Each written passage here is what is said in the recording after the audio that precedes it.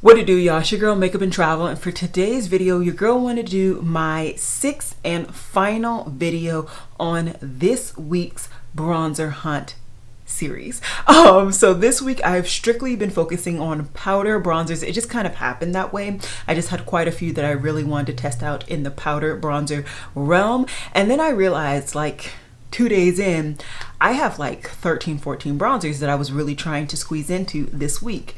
That doesn't work, duh. So this is going to be the last powder bronzer that I focus on this week, and this is the Dior Face and Body Powder No Powder in 7in. I have it on my face today, of course, as my bronzer, and I will be showing you guys my tutorial of it in just a second.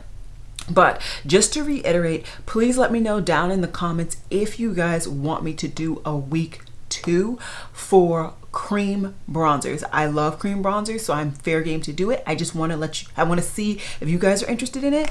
And as always, if you like my content, if you like my vibes, if you like my style, I would love it if you guys would like this video and of course subscribe down below. With that said, let's get into it.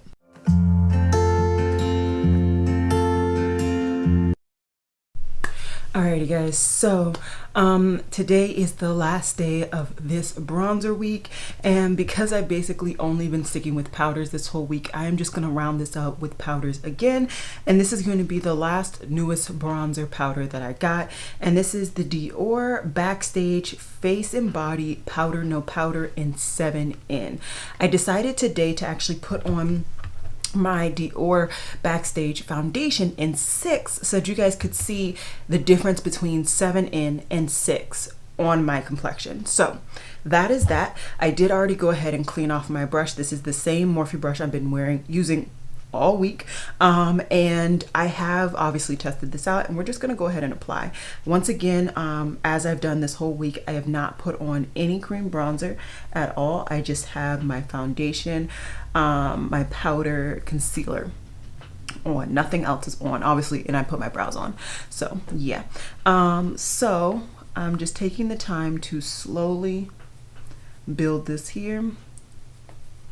And can you see anything? It's very, very subtle, especially because I only went one shade above my actual typical shade in their foundation.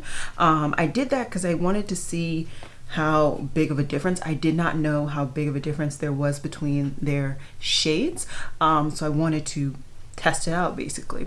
And as you can see, I've been layering on quite a bit of time.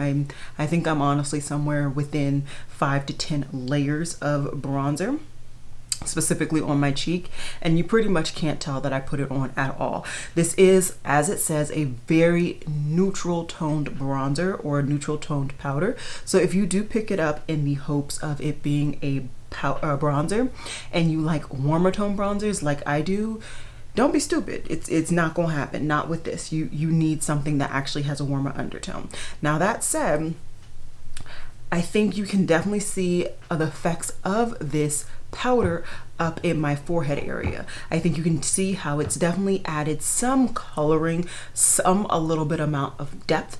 Definitely not anything compared to the bronzers that I've showed throughout this week, but it's definitely shown some depth, something is a little something. So yeah, I mean, that's pretty much the application. It's not going to get any more real pigmented or even more unsubtle. That's not a word. It's not going to get more apparent that the more layers I do, it's just going to still be this, but that can be good depending on the type of bronzer application you prefer, or even just the type of makeup you prefer. Overall, I think this is a decent powder and a decent bronzer, but you just need to know what you're getting into before you get it. I will say it's pretty easy to get through the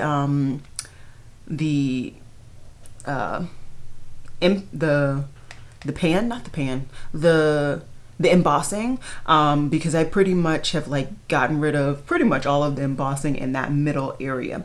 But that said, I'm just going to take the time to even out my face, and I'm going to take the time to do my eye look, and then I'll come back to show you guys the finished look all completed and together. And this is the finished look. You can see the bronzer came together.